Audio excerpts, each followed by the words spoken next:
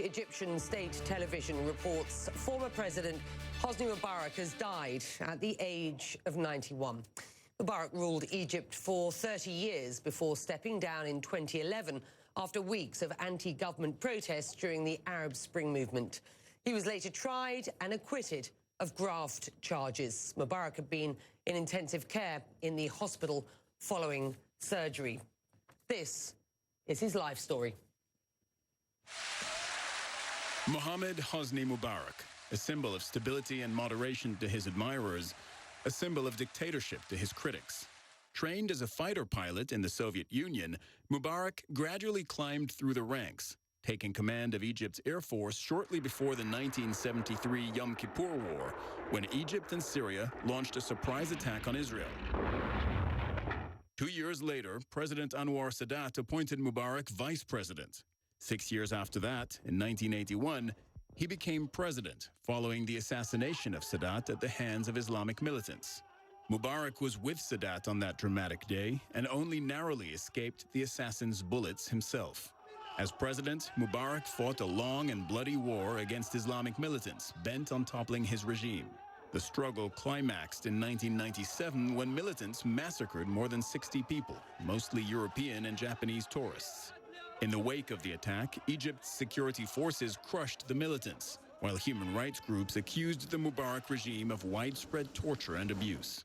President Mubarak was a regular guest at the White House, and Egyptian troops made up the largest Arab contingent in the U.S.-led multinational force that drove the Iraqi army out of Kuwait in 1991. But friendship had its limits.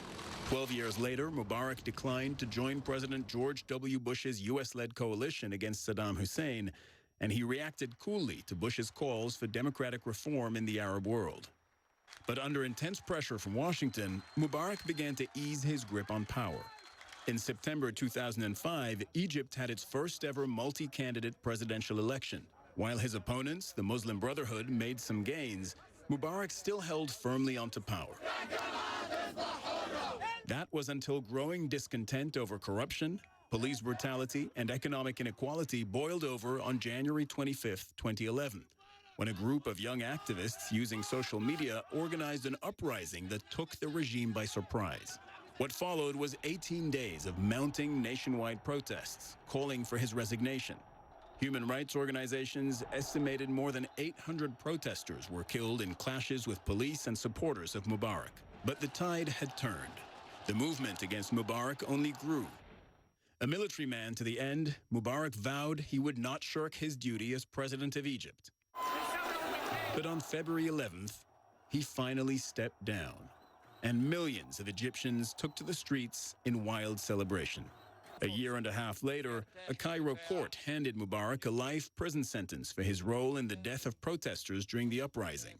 Barely 7 months later, an appeals court reversed that decision, and a frail Mubarak was set free with little fanfare or opposition 6 years after the uprising that toppled him.